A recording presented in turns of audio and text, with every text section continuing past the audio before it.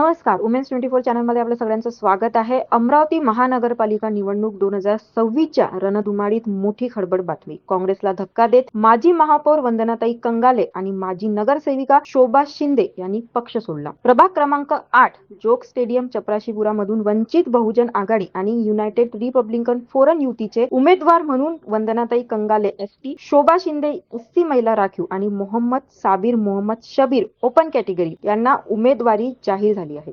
वंदनाताई कंगाले यांनी काँग्रेसवर गंभीर आरोप करत म्हटलं, पक्षात बहुजनांना फक्त वापरतात, अधिकार देत नाही. तर शोभा शिंदे यांनी सांगितलं, सर्वसामान्य कार्यकर्त्याला स्थान नाही, फक्त घराणेशाहीला प्राधान्य. दोघींनीही काँग्रेसला सोडचिठ्ठी देत वंचितच्या नेतृत्वावर विश्वास ठेवून निवडणूक लढवण्याचा निर्णय घेतला. डॉक्टर अलीम पटेल यांच्या मार्गदर्शनाखाली अकोला पॅटर्न अमरावतीत राबला जात आहे, असं युतीनेही म्हटलं आहे. युतीने एकूण अनेक प्रभागात उमेदवार जाहीर केले असून प्रभाग 1 ते 22 पर्यंत मजबूत आघाडी दिसते. पत्रकार परिषद डॉक्टर अलीम पटेल, राहुल मेश्राम, किरण गुडदे इतर सदस्य उपस्थित होते. अमरावतीत निवडणुकीची रंगत वाढली आहे. आता पाहूया या युतीचा प्रयोग यशस्वी होतो की नाही. आम्हाला घेण्यात आलं की आम्ही दोघी जणी रनिंग नगरसेविका होतो.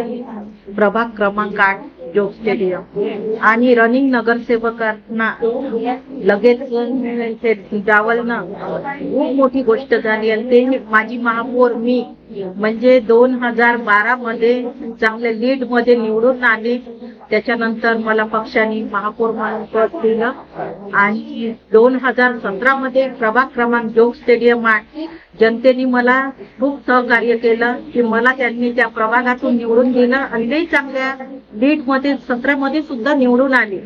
आणि आता 2026 मध्ये पक्षाने आश्वासन दिले की ताई तुम्हाला जीव टिकेल आणि असं आश्वासन देता देता शेवटच्या क्षणामध्ये त्यांनी माझा विश्वासघात केला की म्हणजे फोन न उचलणं हे करणं समजून गेले की आता हे काही आपल्याला तिकीट देत नाही.